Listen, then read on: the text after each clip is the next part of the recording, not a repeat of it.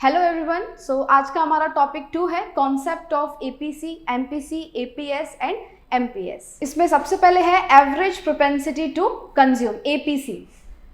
The ratio of total consumption and total income is called average propensity to consume, यानी कि consumer की जितनी income है उसमें से वो कितना कंजम्पशन एक्सपेंडिचर कर रहा है, इन दोनों का जो रेशियो है उसको बोलते हैं APC, that is average propensity to consume. इसका फॉर्मूला हो जाएगा total consumption divide by total income. So APC will be equals to C by Y. अब कैरेक्टरिस्टिक्स, एपीसी इज पॉजिटिव क्योंकि अगर इनकम जीरो है उस टाइम भी सर्वाइवल के लिए कुछ ना कुछ कंजम्पशन तो होते ही है, इस वजह से एपी कैसा रहता है, पॉजिटिव रहता है। APC is more than 0 and less than 1, क्योंकि पॉजिटिव है तो इसकी वैल्यू 0 और 1 के बीच में ही रहेगी। Third is when income increases APC MPC decrease but rate of decrease in APC is less. अब लॉन्ग रन में क्या होता है कि इनकम बढ़ती जाती है तो जिस रेट से कंजम्पशन बढ़ रहा है वो रेट कम हो जाएगा और जो सेविंग का रेट है वो बढ़ जाएगा। तो लॉन्ग रन में एपीसी और एमपीसी दोनों डिक्रीज होंगे, लेकिन इसमें भी जो एपीसी है वो एमपीसी से थोड़ा कम डिक्रीज होगा। Okay, next is MPC, marginal propensity to consume. ये क्या होता है, the ratio of increased consumption and increased income is called marginal propensity to consume, यानी कि इनकम में चेंज आने की वजह से कंजम्पशन में कितना चेंज आया, इसका जो रेशियो होता है उसको बोलते हैं MPC। सो इसका फॉर्मूला हो जाएगा increase in consumption divide by increase in income. So MPC will be equals to delta C by delta y. Okay, now characteristics. When wants are fulfilled, rate of increase in consumption decreases. So MPC has tendency to decline. अब MPC क्यों decline होता है, क्योंकि एक time पर जितनी भी wants थी, जितनी भी desire थे वो fulfill हो रहे हैं, तो अब जो इनकम का दूसरा पार्ट है सेविंग वो स्टार्ट हो जाएगा। तो लॉन्ग रन में जब wants fulfilled हो जाते हैं तो MPC decline होने लगता है। Second, MPC is usually more than 0 and less than 1, इसकी भी वैल्यू क्या होती है, 0 और 1 के बीच में ही होती है। MPC can be more than 1 if past saving is used as consumption. ऐसे तो 0 और 1 के बीच में ही रेंज है इसका, लेकिन हमारी इनिशियल जो इनकम है वो भले 0 है, तो हम जो यूटिलाइज कर रहे हैं कंजम्पशन के लिए वो है हमारी पास्ट सेविंग। तो इस टाइम पे क्या होगा, MPC हो जाएगा ग्रेटर देन 1। ओके, कब होगा MPC ग्रेटर देन 1, जब पास्ट सेविंग का इस्तेमाल प्रेजेंट में होगा। और भले प्रेजेंट इनकम जो है वो 0 है, लेकिन पास्ट सेविंग की वजह से MPC will be greater than 1। Last is MPC is positive. Again consumption तो होता ही है, फिर चाहे वो इनकम 0 ही क्यों ना हो, इस वजह से MPC भी कैसा रहेगा, पॉजिटिव ही रहेगा। एक एग्जाम्पल के थ्रू समझते हैं। इनकम 100 से 200 हो गई और कंजम्पशन 80 से 100 इंक्रीज हो गया। ओके, सो 100 80 200 100 200 100,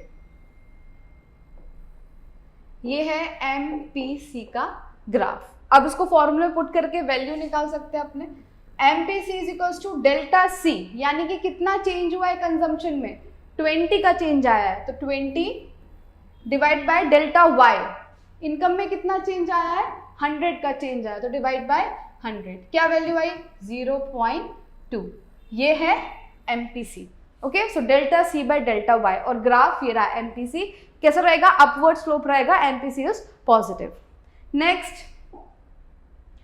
नाउ सेविंग फंक्शन, जैसे कंजम्पशन फंक्शन था इसी तरीके से अब सेविंग फंक्शन भी है। तो introduction, income is either consumed और saved, so y is equals to C plus S। Income का दो ही पार्ट होते हैं, या तो कंजम्पशन में जाएगा या तो सेव होगा, इसलिए y is equals to C plus S, consumption plus saving.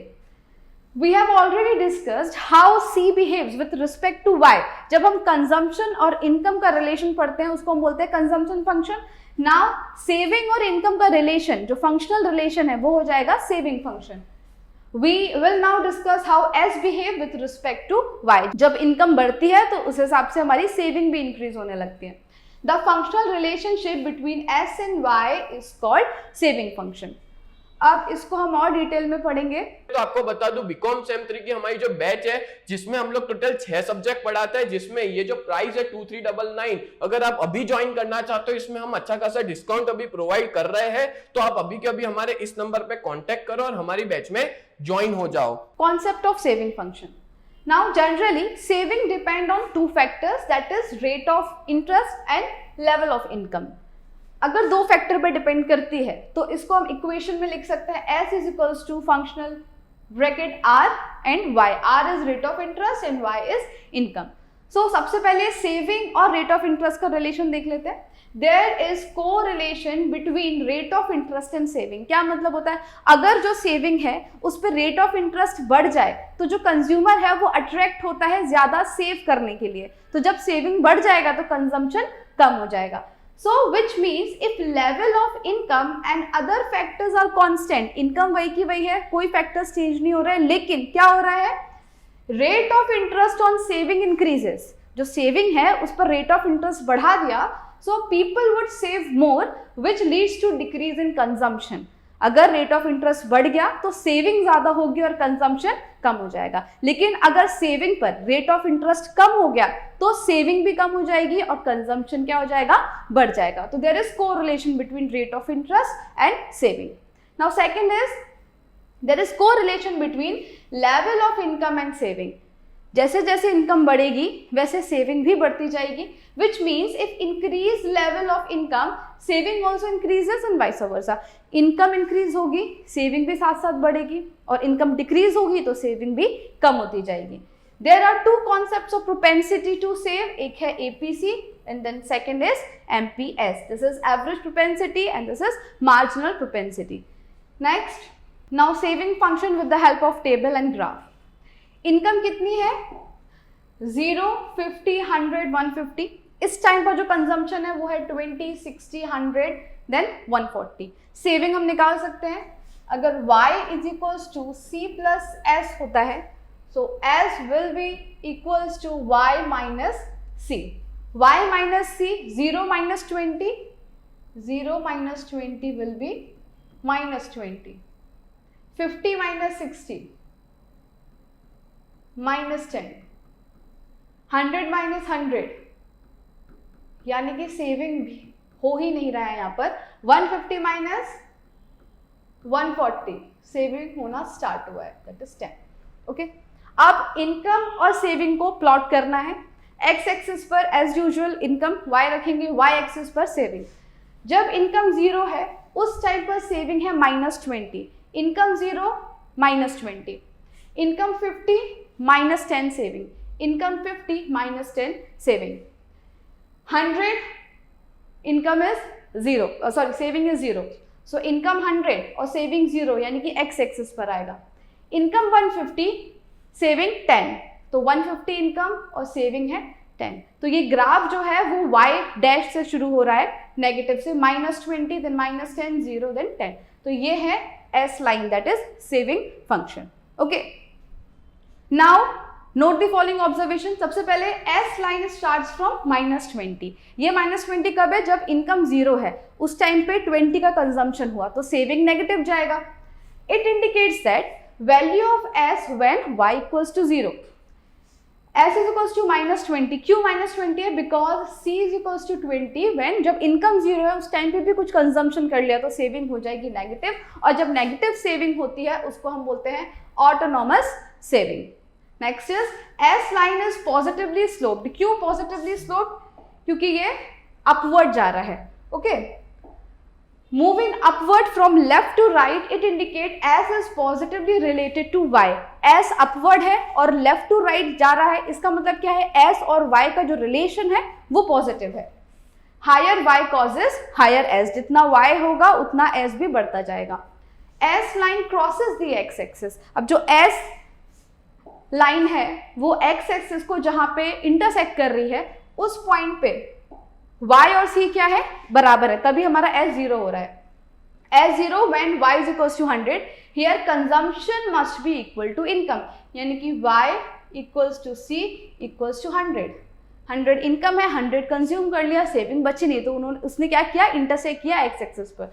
so that s is equals to 0 when y is equals to 100.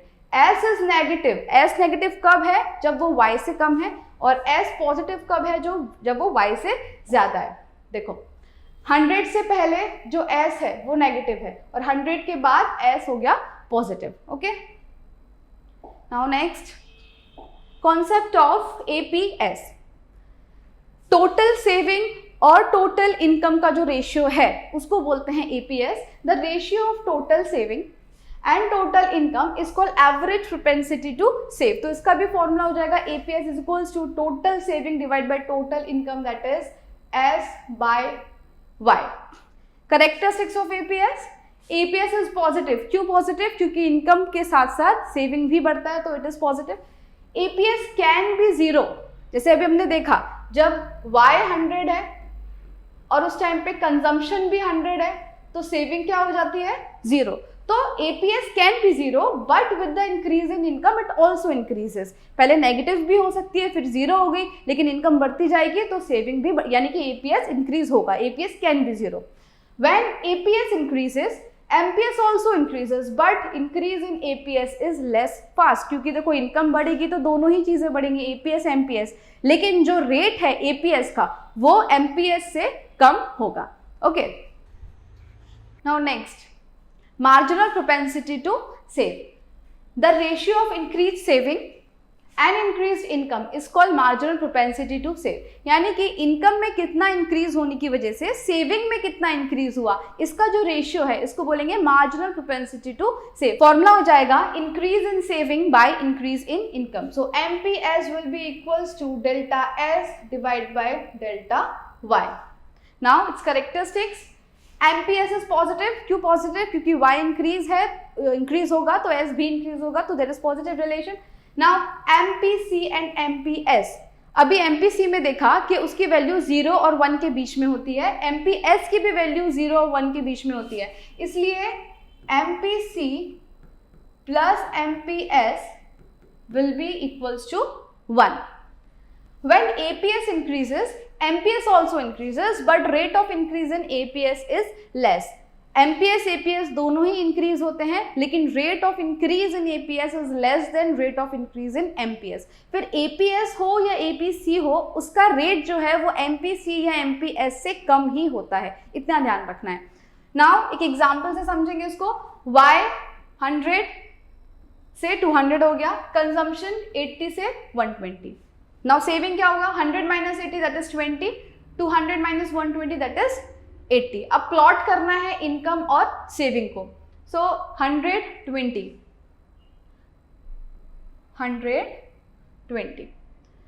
200, saving is 80.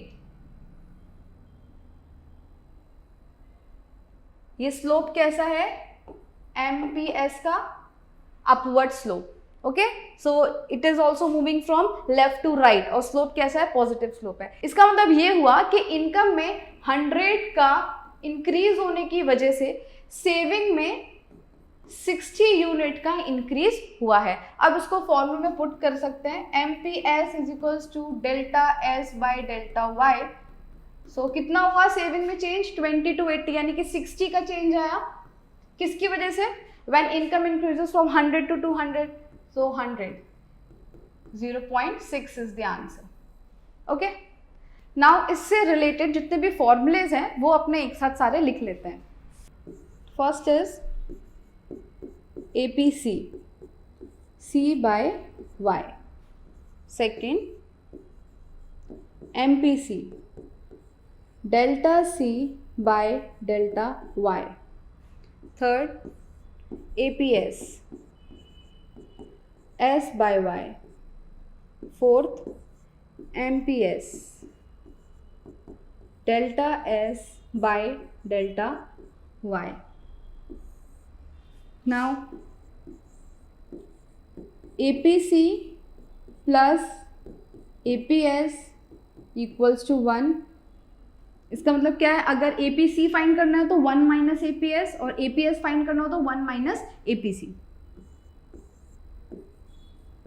MPC plus MPS equals to 1, यानी कि MPC equals to 1 minus MPS and MPS will be equals to 1 minus MPC. I hope आप सबको समझ में आया होगा. सो आज का टॉपिक हमारा यहीं ख़त्म होता है. Thank you.